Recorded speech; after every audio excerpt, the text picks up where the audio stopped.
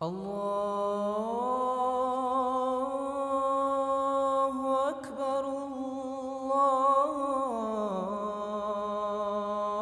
الله أكبر. أشهد أن لا إله إلا الله.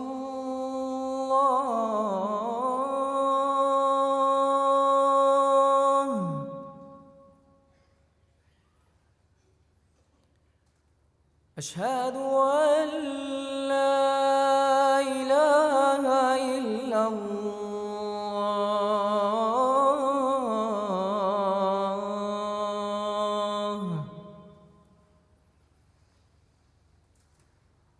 أشهد أن محمدًا رسول الله.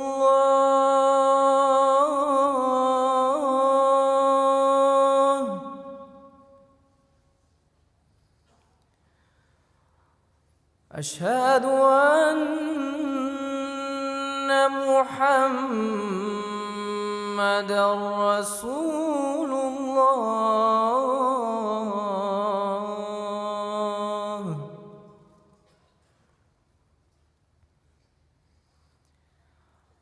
حي على الصلاة.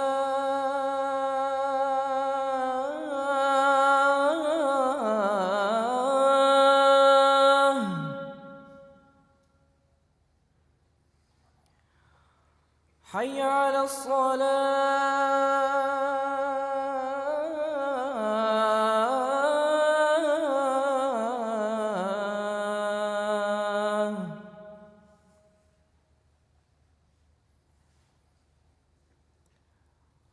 حي على الفلاح.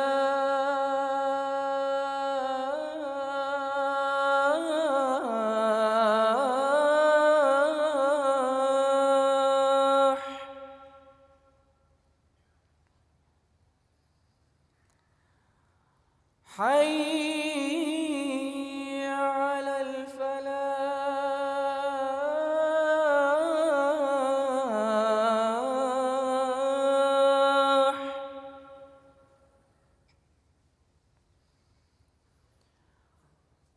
الله أكبر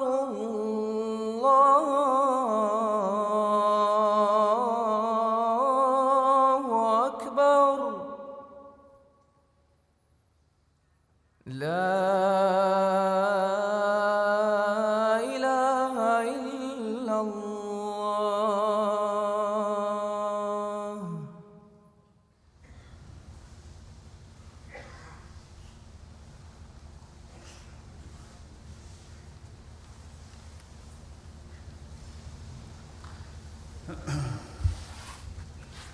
السلام عليكم ورحمة الله.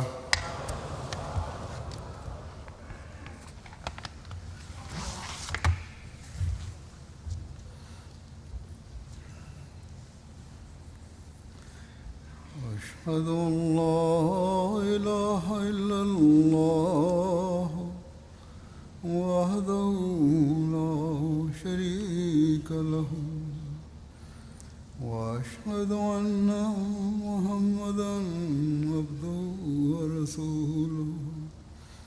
أما بعد فأعوذ بالله من الشيطان الرجيم.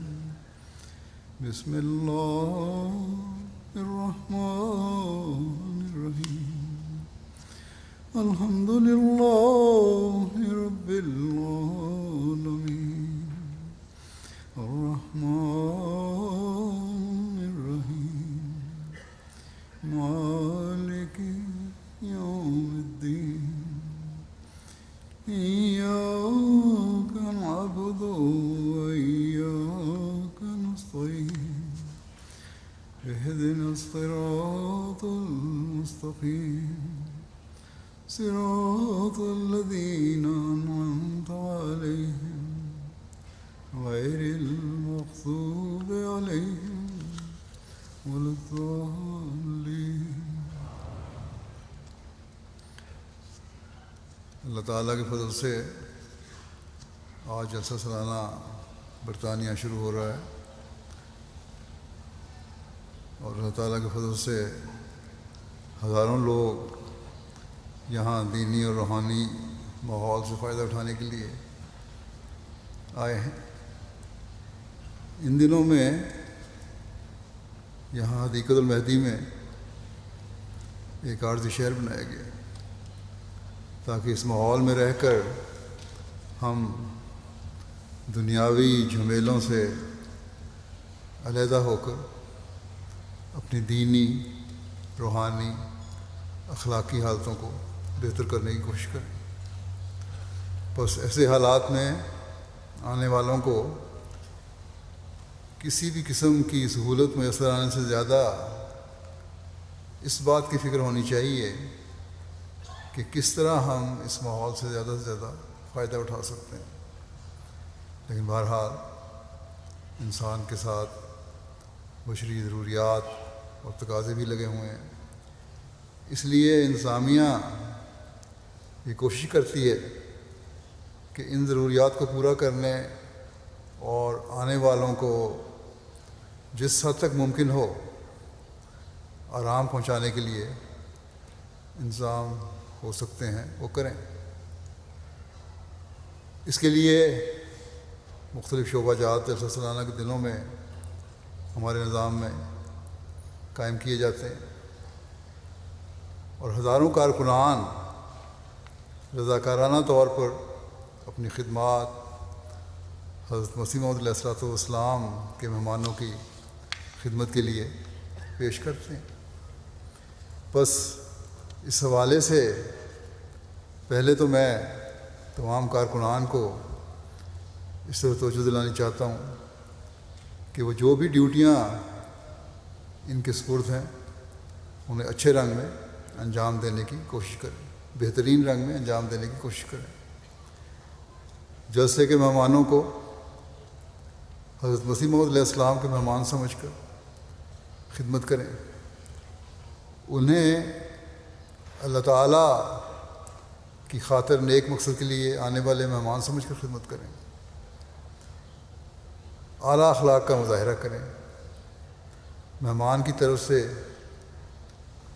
آپ کے خیال میں اگر کوئی زیادتی بھی ہو جاتی ہے تو اسے صرف نظر کریں۔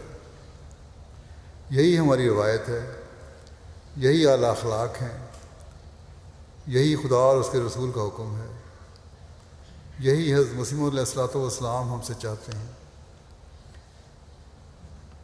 اب یہ مہمان نوازی اور اعلیٰ اخلاق کا مظاہرہ اللہ تعالیٰ کے فضل سے جماعت احمدیہ کا ہر ملک میں ایک خاص وصف بن چکا ہے۔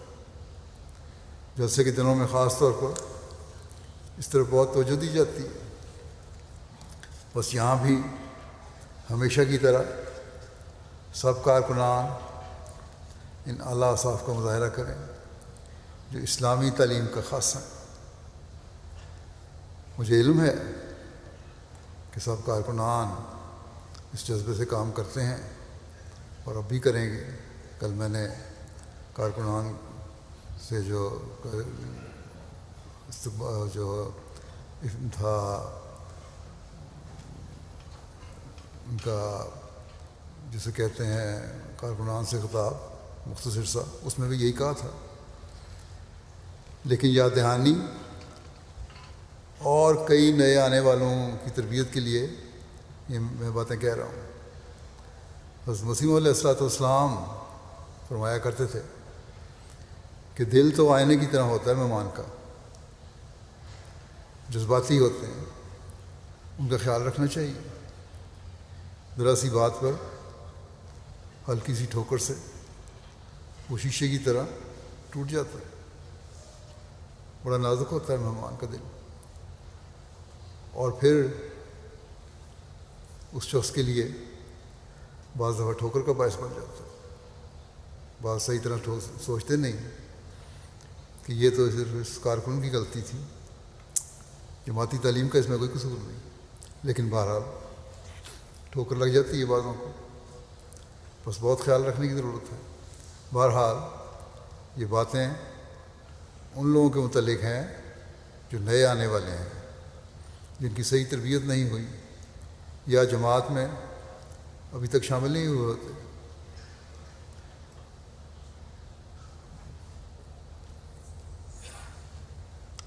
لیکن یہاں آنے والے اکثر اللہ تعالیٰ کے فضل سے جو احمدی ہیں یہ بات سمجھ کر آتے ہیں کہ یہاں تکالیف برداشت کرنی پڑیں گی. لیکن بہرحال جیسا کہ میں نے کہا کچھ مہمان باہر کے بھی ہوتے ہیں جن کا خاص خیال رکھنا پڑتا ہے، جو ابھی تک جماعت میں شامل نہیں ہوئے یا جن کی صحیح تربیت نہیں ہوئی. بس اس کے لیے جو کارکنان ہیں، سب کارکنان، ہر شعبے کے کارکنان جو ہیں، ان کو اپنے مہمانوں کا اچھی طرح خیال رکھنے کی کوشش کرنی چاہیے. چاہے وہ ٹریفک کی ڈیوٹی ہے یا پارکنگ کی ڈیوٹی ہے یا کھانا کھلانے کی ڈیوٹی ہے یا ڈسپلن کی ڈیوٹی ہے یا گیٹ پر چیکنگ کی ڈیوٹی ہے یا ہائیجین اور صفائی کی ڈیوٹی ہے یا پانی سپلائی کی ڈیوٹی ہے. کوئی بھی ڈیوٹی ہے، کوشش کریں کہ حد الوسع مہمان کی سہولت کا انتظام ہو اور اس کو کسی طرح تکلیف نہ پہنچے.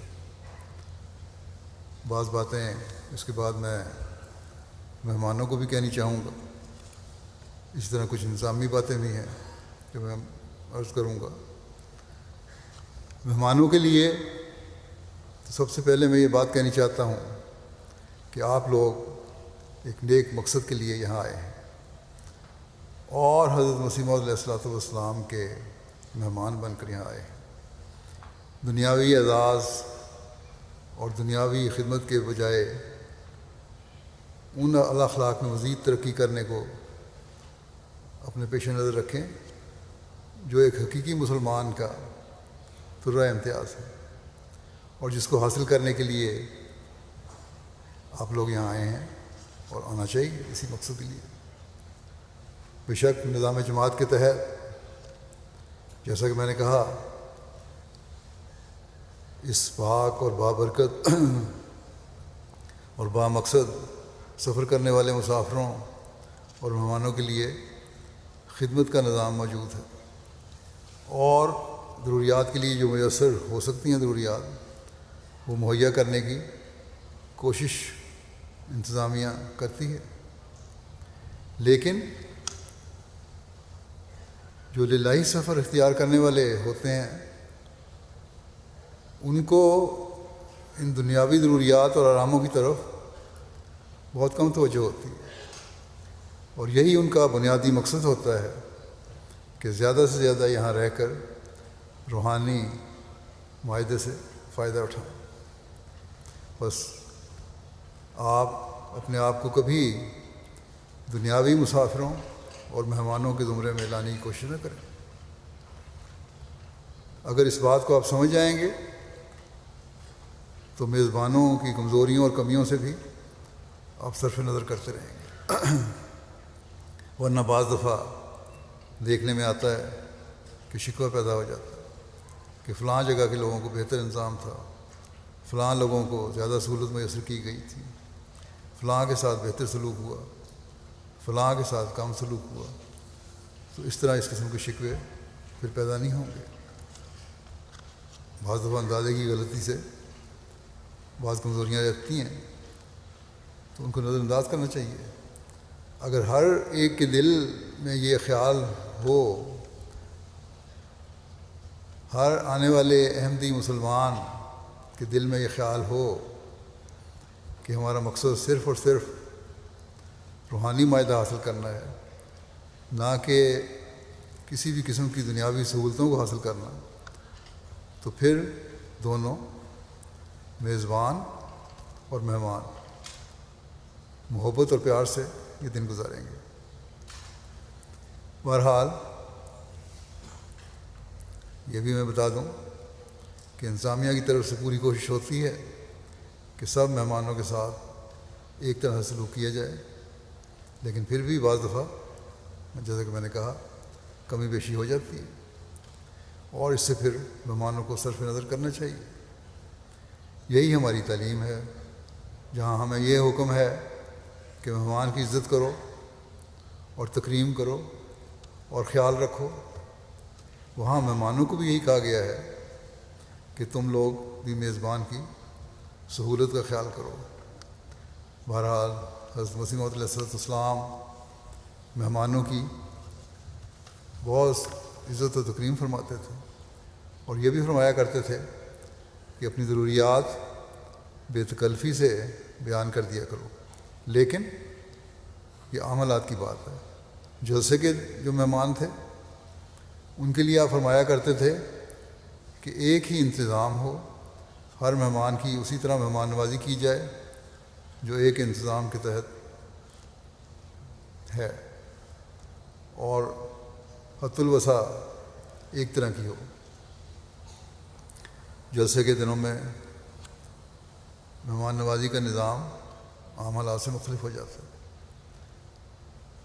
اور یہی کوشش ہوتی ہے کہ ہزاروں لوگ جو یہاں آئے ہوئے ہیں ان کو ایک ہی طرح سے جس حد تک ممکن ہو سہولتیں مہیا کرنے کی کوشش کی جائے. سوائے جو غیر مہمان آتے ہیں یا غیر ملکی مہمان آتے ہیں ان کو بس مجبوریوں کی وجہ سے مختلف انتظام بھی کرنا پڑتا ہے.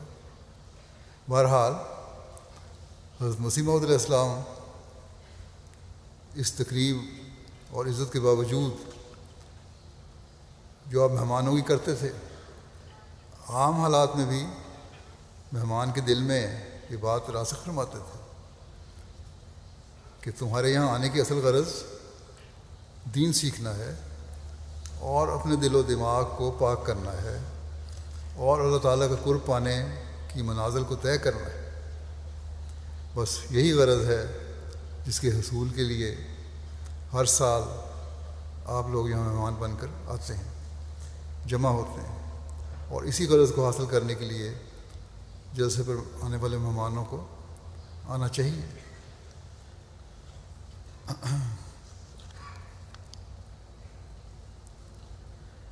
ان دنوں میں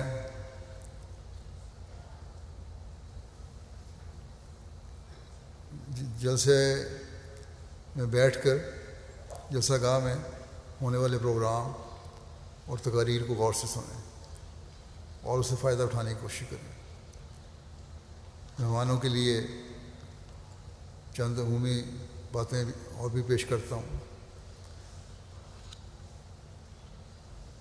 مومن کے لیے اپنے وقت کا صحیح استعمال انتہائی ضروری ہے.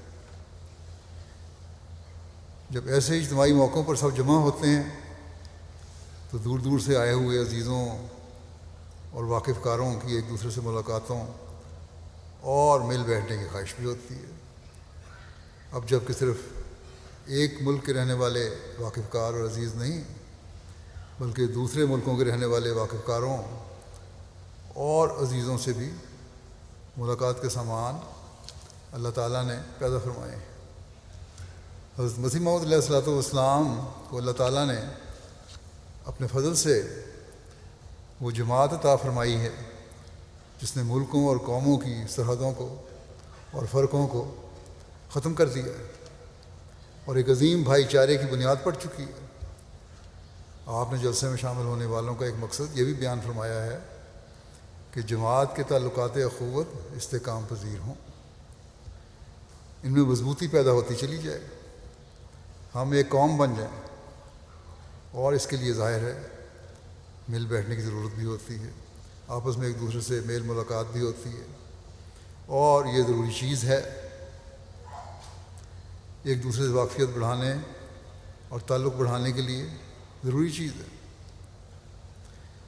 لیکن سارا دن جلسے کا جو پروگرام ہو رہا ہوتا ہے اس کو بہرحال سننے میں وقت گزارنا چاہیے، اور اس کے بعد ہی جو موقع میسر آئے اس میں پھر آپس میں مل بیٹھیں اور باتیں کریں اور تعلقات بڑھائیں. یہ بھی دیکھنے میں آیا ہے کہ بعض دفعہ یہ مل بیٹھنا اتنا لمبا ہو جاتا ہے، بعض پرانے واقف کاروں کا جو ہے جب دیر بعد ملتے ہیں تو یہ اتنے لمبی ملاقاتیں ہو جاتی ہیں کہ خوش گپیوں میں ساری رات ضائع ہو جاتی ہے. اور پھر نماز فجر کے وقت تہجد تو خیر علیحدہ رہی، فجر کے وقت بھی مشکل سے ان کی آنکھ کھلتی. پھر یہ بھی ہوتا ہے کہ بعض دفعہ انتظامیہ کو بھی اس سے دقت پیش آتی ہے کہ کھانے کی مارکی میں باتوں میں لگے اور کھانا کھاتے ہوئے لوگ لمبی باتوں میں مصروف ہو جاتے ہیں. اتنا وقت گزارتے ہیں کہ کارکنوں کو پھر یاد دہانی کروانی پڑتی ہے کہ نماز کا وقت ہو گیا ہے یا بہت زیادہ وقت ہو گیا ہے. بہرحال اسی طرح گھروں میں ٹھہرنے والوں کو بھی ہو سکتا ہے دقتیں پیش آتی ہوں، تو اعتدال سے کام لینا چاہیے. مہمانوں کو خاص طور پر اس بات کا خیال رکھنا چاہیے کہ میزبانوں نے بھی اپنے کام سمیٹنے اور اگلے وقت کی تیاری کرنی ہوتی ہے. حضرت صلی اللہ علیہ وسلم کے پاس آئے ہوئے مہمانوں کے بارے میں بھی اللہ تعالیٰ کا یہی حکم تھا کہ بیٹھ کے باتوں میں وقت ضائع نہ کیا کرو. جب کھانا پینا ہو جائے تو اٹھ کے چلے جایا کرو. بس خاص طور پر کھانے کی مارکی میں کھانا بعض دفعہ شفٹوں میں کھلانا پڑتا ہے، زیادہ رش ہو جائے، اس لیے فوری طور پر کھانا کھا کے اٹھ جانا چاہیے تاکہ دوسرے لوگ بھی آ سکیں اور آرام سے کھانا کھا سکیں. بس یہ باتیں اگر ہوں گی تو پھر کسی قسم کے شکوے بھی پیدا نہیں ہوں گے اور یہ خوشگوار ماحول میں سب کام اس خوشگوار ماحول میں سب کام ہوتے رہیں گے.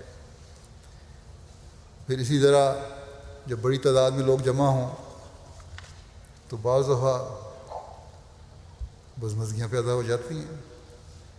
کبھی انتظامیہ سے شکوے کی وجہ سے مہمان نے کسی کارکن کو بلا بھلا کہہ دیا، کارکن نے بھی آگے سے جواب دے دیا، تو پھر مزید بات آگے بڑھتی چلی جاتی ہے اور اس طرح رجشوں کا ایک سلسلہ شروع ہو جاتا ہے.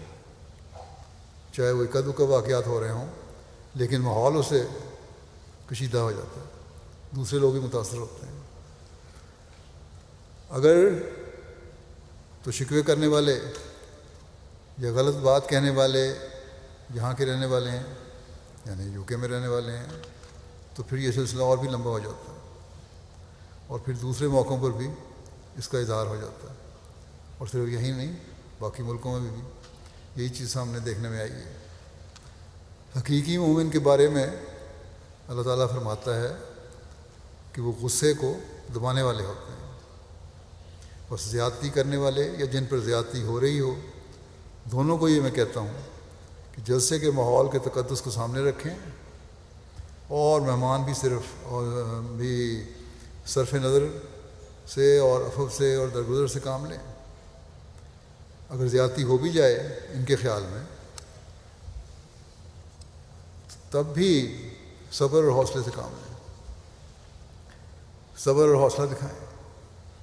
اور کارکن بھی اپنے غصے کو مہمان کی طرف سے زیادتی ہونے کے باوجود اگر وہ سمجھتے ہیں کہ زیادتی ہو رہی ہے پھر بھی دبا جائیں اور غصہ بھی جائیں. اسی طرح کارڈز کی چیکنگ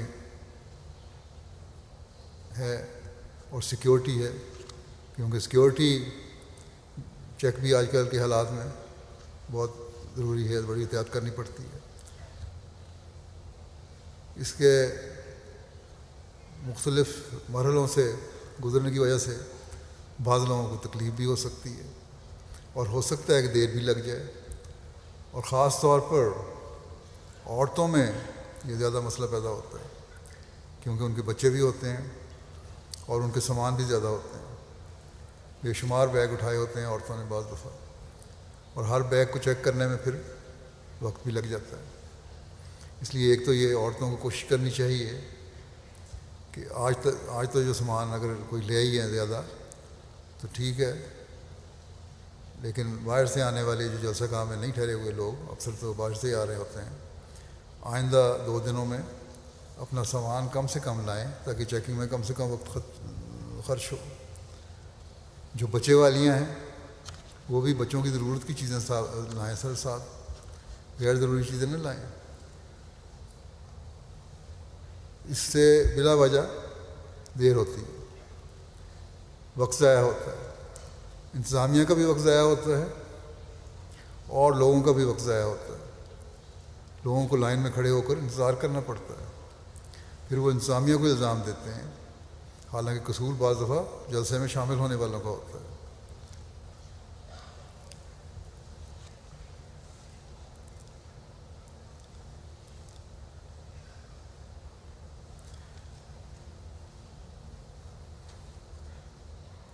کیونکہ لوگوں کی چیزیں اور سامان اتنا زیادہ ہوتا ہے کہ جیسا کہ میں نے کہا چیکنگ میں دیر لگ جاتی ہے.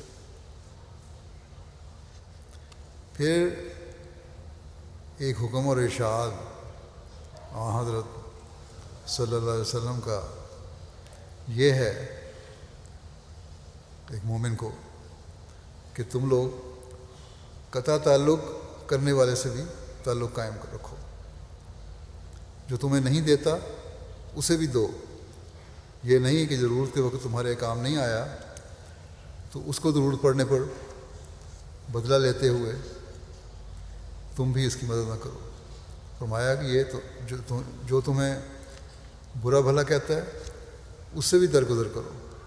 بس یہاں تو برا بھلا کہنے کا سوال نہیں ہے، یہاں تو ایک فرض کی ادائیگی ہے جو کارکنان کے ذمہ لگائی گئی ہے. یہاں اگر انجانے میں کسی کارکن سے کوئی غلطی ہو جائے یا چیکنگ کے دوران دیر لگ جائے یا کسی کے کارڈ پر کوئی اعتراض پیدا ہو جائے تو برا منانے کے بجائے حوصلہ دکھانا چاہیے. یہ باتیں جو حضرت صلی اللہ علیہ وسلم نے فرمائی ہیں یہ وسعت حوصلہ کی طرف رہنمائی کرتی ہیں. اگر وسعت حوصلہ پیدا ہو جائے تو تمام بدمزگیاں اور جھگڑے ختم ہو جائیں. بس مہمانوں اور ڈیوٹی دینے والوں دونوں کو کہتا ہوں کہ ان کا فرض ہے کہ ان کو وسعت حوصلہ دکھائیں. چیکنگ کرنے والوں کو بھی خیال رکھنا چاہیے کہ جس حد تک سہولت مہیا کر سکتے ہیں آنے والے مہمانوں کے لیے وہ مہیا کرنے کی کوشش کریں. اور اس کے لیے اگر انتظامیہ کو زیادہ کارکن بھی لگانے پڑیں تو لگانے چاہیے، خاص طور پر رش کے وقتوں میں. حضرت مسیح علیہ السلام کی خواہش کے مطابق کوشش یہ کرنی چاہیے کہ باہم محبت و اخوت کی مثال بن جائیں، اور یہی اللہ تعالیٰ نے مومنوں کے بارے میں فرمایا ہے. بس چھوٹی چھوٹی باتوں پر الجھنے کے بجائے کوشش یہ کریں کہ اپنی زندگی کے مقصد کو حاصل کرنے کی ہم نے کوشش کرنی ہے جو رکوع اور سجود اور عبادتوں سے حاصل ہوتا ہے اور ذکر الہی سے حاصل ہوتا ہے. ہر مہمان جو یہاں آیا ہے اپنے سفر کو خالصتاً للہ بنانے کی کوشش کرے. کارکن بھی یاد رکھیں، مہمان بھی یاد رکھیں کہ بعض غیر جماعت بھی یہاں آئے ہوتے ہیں، غیر مسلم بھی یہاں آئے ہوتے ہیں. ہر شخص مہمان بھی اور میزبان بھی اگر اعلیٰ اخلاق کا مظاہرہ کر رہے ہوں گے تو یہ خاموش تبلیغ کر رہے ہوں گے اور اس سے پھر غیروں پر بہت اچھا اثر پڑتا ہے اور پھر ان کو اسلام کی طرف توجہ پیدا ہوتی ہے اور اسلامی تعلیم کی خوبیوں سے وہ متاثر ہوتے ہیں. پھر ایک ضروری چیز یہ ہے کہ یہاں آنے والے ایک دوسرے کو سلام کرنے کا بھی رواج دیں. اس طرح بھی زیادہ سے زیادہ کوشش کریں. بڑی برکت والی اور پاکیزہ دعا ہے جو ہمیں سکھائی گئی ہے. جب میزبان اور مہمان ایک دوسرے کو سلام کرتے ہیں تو جہاں وہ ہر ایک قسم کے خوف اور فکر سے آزاد ہوتے ہیں وہاں ایک ایسی دعا جو ایک دوسرے کو فیضیاب کرنے والی ہوتی ہے وہ دے رہے ہوتے ہیں. بس اللہ تعالیٰ نے ہمیں جو یہ پاکیزہ اور بابرکت دعا سکھائی ہے اس کی طرف ان دنوں میں بہت توجہ دیں تاکہ ہم ہر طرف سلامتی اور پیار اور محبت پھیلانے والے بن جائیں. اور یہ ماحول خالصتاً للہ پیار اور محبت اور بھائی چارے کا ماحول بن جائے. اور ہمیں کوشش کرنی چاہیے کہ ہر قسم کی نفسانی اغراض سے اپنے آپ کو پاک کریں. اور ان دنوں میں ایک انقلاب اپنی زندگیوں میں پیدا کرنے کی کوشش کر رہے ہوں. ہمارے لیے ہر معاملے میں صحابہ رسول صلی اللہ علیہ وسلم کا اسوہ ہے. مہمانوں کے اعلیٰ اخلاق کا تو یہ حال تھا کہ آن حضرت صلی اللہ علیہ وسلم کے زمانے میں صحابہ آن حضرت صلی اللہ علیہ وسلم کی قوت قدسی کی وجہ سے یہ کوشش کرتے تھے کہ قرآن کریم کے ہر حکم پر عمل کرنے کی کوشش کریں. اور جیسے قرآن کریم کا یہ حکم ہے کہ اگر کوئی مہمان کسی گھر میں جائے اور گھر والا کہے کہ واپس چلے جاؤ، اس وقت میں فارغ نہیں، تو خوشی سے وہ واپس چلا جائے، وسعت حوصلہ دکھائے. ایک صحابی کہتے ہیں کہ میں کوشش کرتا تھا کہ میں اللہ تعالیٰ کے اس حکم کو بھی پورا کرنے والا بن جاؤں، اور چاہتا تھا کہ کسی کے گھر جاؤں اور گھر والا مجھے کہے کہ واپس چلے جاؤ، ابھی وقت نہیں ہے میرے پاس، اور میں خوشی سے اللہ تعالیٰ کی رضا حاصل کرنے کے لیے وہاں سے واپس آ جاؤں اور اللہ تعالیٰ کی رضا حاصل کرنے والا بن جاؤں. لیکن کہتے ہیں مجھے باوجود کوشش کے کبھی یہ موقع میسر نہیں آیا کہ کسی نے مجھے گھر سے لوٹایا ہو. بس یہ وہ اعلیٰ اخلاق تھے جو میزبانوں کے بھی تھے، جو گھر والوں کے بھی تھے، اور جو کسی کے گھر جانے والے جو مہمان تھے ان کے بھی تھے. بس یہ وسعت حوصلہ ہونی چاہیے. انسان میں جب یہ وسعت حوصلہ ہو تو پھر چھوٹی چھوٹی باتیں جو ہیں ان کو انسان ویسے ہی نظر انداز کر دیتا ہے. اسلام کے بارے میں بات کی میں نے، سلام ایک دوسرے کو کرنے کے بارے میں. تو اس بارے میں ایک اور بات یہ بھی یاد رکھیں کہ آن حضرت صلی اللہ علیہ وسلم نے فرمایا کہ سلام کو رواج دو. رواج دینے کے لیے تم چاہے کسی کو جانتے ہو یا نہیں جانتے اس کو سلام کرو. سلام کو رواج دینے کے لیے اس حد تک جاؤ چاہے تم کسی کو جانتے ہو یا نہیں جانتے تم اسے سلام کرو. بس جب یہ سلامتی کا رواج پیدا ہوگا تو مہمان جو غیر جماعت ہیں وہ بھی اور جو نومبائن ہیں وہ بھی، ان کے دلوں پر ایک اچھا اثر قائم ہوگا اور اس پاک ماحول سے وہ زیادہ سے زیادہ فائدہ اٹھانے والے اور اسلام کی خوبصورت تعلیم کی تعریف کرنے والے بن جائیں گے.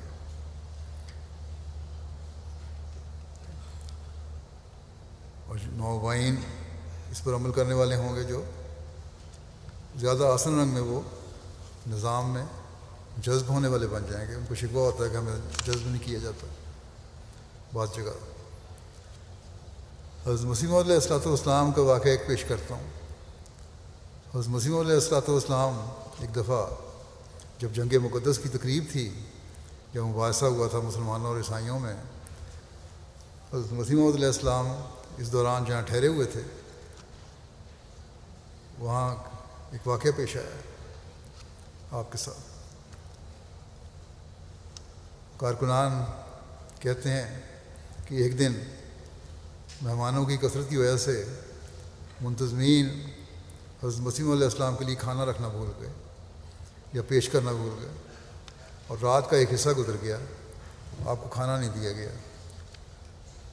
حضرت مسیح علیہ السلام نے بڑے انتظار کے بعد جب کھانے کے بارے میں پوچھا تو سب جو انتظام کرنے والے تھے وہ تو بڑے پریشان ہو گئے، سب کے ہاتھ پیر پھول گئے. یہ کیا ہو گیا؟ کھانا رکھا ہوا نہیں ہے، بازار بھی اب بند ہو چکے ہیں، بہت دیر ہو گئی ہے، وہاں سے لا نہیں سکتے. بہرحال جب یہ صورتحال حضرت مسیح علیہ السلام کے علم میں آئی، جب آپ کو پتہ لگا تو آپ نے فرمایا کہ اس طرح گھبراہٹ اور تکلیف کی ضرورت کیا ہے؟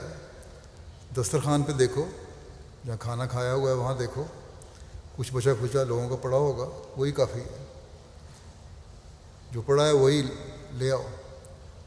دسترخوان جب دیکھا گیا تو وہاں سوائے روٹیوں کے چند ٹکڑوں کے کچھ بھی نہیں تھا، سالن وغیرہ بھی نہیں تھا. آپ نے فرمایا کہ ہمارے لیے یہی کافی ہے، اور آپ نے وہی کھا لیا. تو یہ حضرت مسیح علیہ السلام جو سب سے بڑھ کر حضرت صلی اللہ علیہ وسلم کے عاشق اور آپ کی سنت پر عمل کرنے والے تھے، ان کا نمونہ تھا۔ اور ہمیں بھی جو آپ کی جماعت میں شامل ہونے کا دعویٰ کرتے ہیں، یہ صبر اور حوصلہ اور شکر گزاری کے جذبات ہر وقت دکھانے کی ضرورت ہے۔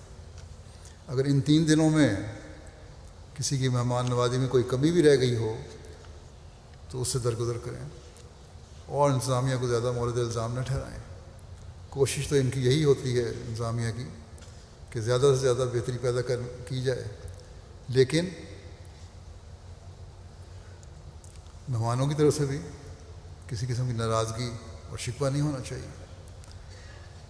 اگر نیک نیت سے اصلاح کی خاطر توجہ دلانی چاہتے ہیں تو بعد میں جو مشورے دینا چاہتے ہیں وہ اپنے مشورے بھیج سکتے ہیں تاکہ آئندہ سالوں میں بہتری پیدا ہو اور نئے آنے والوں کے لیے بھی زیادہ سہولتوں کا انتظام ہو۔ اس کے علاوہ میں اس بات کی طرف بھی توجہ دلانی چاہتا ہوں کہ ان دنوں میں مختلف قسم کی نمائشیں لگی ہوئی ہیں۔ حضرت مسلم موعود رضی اللہ عنہ کے یورپ اور UK کے 100 سال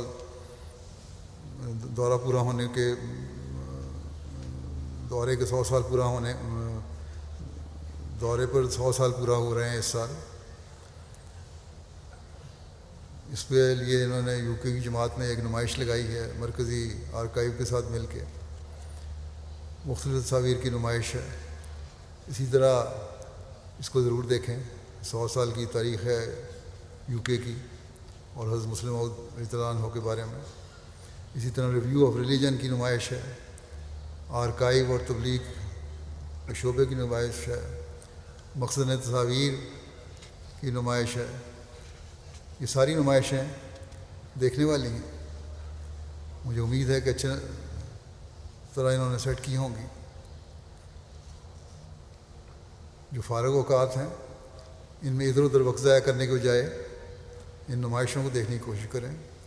اسی طرح انتظامیہ کو یہ بھی ہدایت دی گئی ہے کہ بعض جگہوں پر دنیا میں اب کووڈ کے مریض زیادہ نظر آنے لگ گئے ہیں، جہاں بھی بعض جگہوں پہ اضافہ ہوا ہے مریضوں میں، تو یہاں مختلف جگہوں سے لوگ آئے ہوئے ہیں اور ہو سکتا ہے کوئی بھی کووڈ کی جراثیم لے کر آیا ہو۔ اس لیے گیٹس پر، داخلی رستوں پر ہومیوپیتھک دوائی جو حفظ ما تقدم کے لیے ہے، پریونٹیو ہے، اس کو دینے کا انتظام کیا گیا ہے۔ کوشش کریں کہ ہر شخص جو گیٹ سے اندر داخل ہو وہ اگر انتظامیہ اگر ان کو دوائی دے تو آرام سے لے لیں، بلکہ خود مانگ کے لیں۔ اللہ تعالیٰ سب کو ہر قسم کی بیماری سے محفوظ رکھے، ہر شر سے بھی محفوظ رکھے۔ اسی طرح سیکیورٹی کا انتظام ہے، پہلے ہی میں نے کہا سیکیورٹی کے انتظام میں ہر سال میں کہتا رہتا ہوں کہ سب سے بڑھ کر سیکیورٹی ہماری یہی ہے کہ اپنے دائیں بائیں نظر رکھیں اور کوشش کریں کہ ہر ایک دوسرے کو دیکھ رہا ہے۔ یہ سب سے بڑی سیکیورٹی ہوتی ہے۔ اگر یہ ہو جائے تو پھر کسی مخالف کو، دشمن کو کسی بھی قسم کا شر پھیلانے کا موقع نہیں ملتا۔ اسی طرح غیر ضروری سامان، بیگ وغیرہ کہیں پڑا ہوا دیکھیں تو انتظامیہ کو اطلاع دے دیں، اور اگر کسی شخص کی کوئی مشکوک حرکات دیکھیں تب بھی انتظامیہ کو بتا دیں۔ بہرحال ان دنوں میں سیکیورٹی کی طرف خاص توجہ دیں، لیکن سب سے بڑا ہتھیار ہمارے پاس اللہ تعالیٰ کی پناہ ہے، اور اس پناہ کو حاصل کرنے کے لیے دعاؤں اور ذکر الہی کی طرف ہمیں زور دینا چاہیے۔ اس طرف خاص طور پر ان 3 دنوں میں زور دیں۔ اللہ تعالیٰ آپ سب کو توفیق عطا فرمائے کہ اس پر عمل کرنے والے ہوں، اور یہ جلسہ ہر لحاظ سے ہر ایک کے لیے بابرکت ہو۔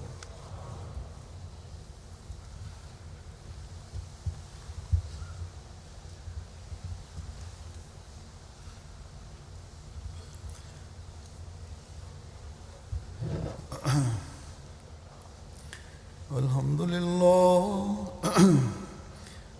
لله نحمده